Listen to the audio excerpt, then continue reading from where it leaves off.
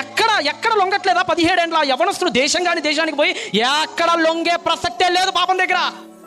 I love my God, నా దేవుడు అంటే నాకు ఇష్టం.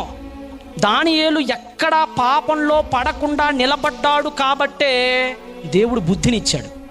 ఎవరి 1వ అధ్యాయం 17 చదవండి. ఈ 4 బాలుర సంగతి ఏదనగా, దేవుడు వారికి సకల శాస్త్ర ప్రవీణతయు, వారికి సకల శాస్త్ర ప్రవీణతయు, వివేచనయు, జ్ఞానము అనుగ్రహించాడంటే ఎన్నో వచనంలో ఇచ్చాడట. జ్ఞానం, వివేచన, సకల శాస్త్ర ప్రవీణత ఎన్నో వచనంలో ఇచ్చాడు?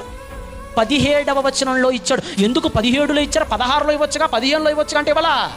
ముందు పరీక్షించాడు. రే, నా బిడ్డ నా కోసం ఎంతవరకు నిలబడుతున్నాడు? అదిగో మందు పెడుతున్నాడు, ఇది తాగట్లా, అదిగో పలానా ఫుడ్ తినట్లా, పలానా అమ్మాయిల వైపు వెళ్ళట్లా, యవ్వనాన్ని కాపాడుకుంటున్నాడు, జాగ్రత్తగా నా కోసం తన యవ్వన జీవితాన్ని అర్పిస్తున్నాడు అని తెలిసిన తర్వాత 16 వచనాలలో ఆయన గుణగణాలను పరిశీలించిన దేవుడు 17వ వచనంలో ఇస్తాడండి బుద్ధి వివేకాలని.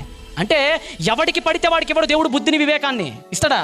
దేవుడు జ్ఞానం ఇవ్వాలంటే ప్రతి పనికి మాలిన పనులు చేసేవాడికి ఇవ్వడండి ఆయన జ్ఞానాన్ని, తన కోసం బతికే వాళ్ళకి ఇస్తాడు. అలాంటిది ఈ ప్రపంచంలో జ్ఞానం ఎంత గొప్పది. జ్ఞానం గురించి తెలుసుగా సామెతలు ఎంత గొప్ప మాటలు మాట్లాడతాడు. మానవీయతను ఆపాదిస్తూ జ్ఞానమే ఈ సమస్తాన్ని కలిగించిందని మాట్లాడుతుంటాడు. అలాంటి జ్ఞానాన్ని ఇవ్వాలంటే యవ్వనుడా నీ బ్రతుకు బాగుండాలి. గుర్తుపెట్టుకో, యవ్వనస్తులు ఎంతమంది ఉన్నారో నాకు తెలియదు ఇక్కడ. మీరు స్త్రీలు కావచ్చు, పురుషులు కావచ్చు, మీ వయసుతో నాకు సంబంధం లేదు. దేవుడు మీ జ్ఞానాన్ని ఇవ్వాలి, మంచి భవిష్యత్తుని ఇవ్వాలంటే మీ జీవితాలను కాపాడుకోండి, దేవుడి కోసం బతకండి, పాపానికి పడిపోకుండా నిలబడండి, పాపంలో పడకుండా దేవుని కోసం ఆయన ప్రేమలో పడండి.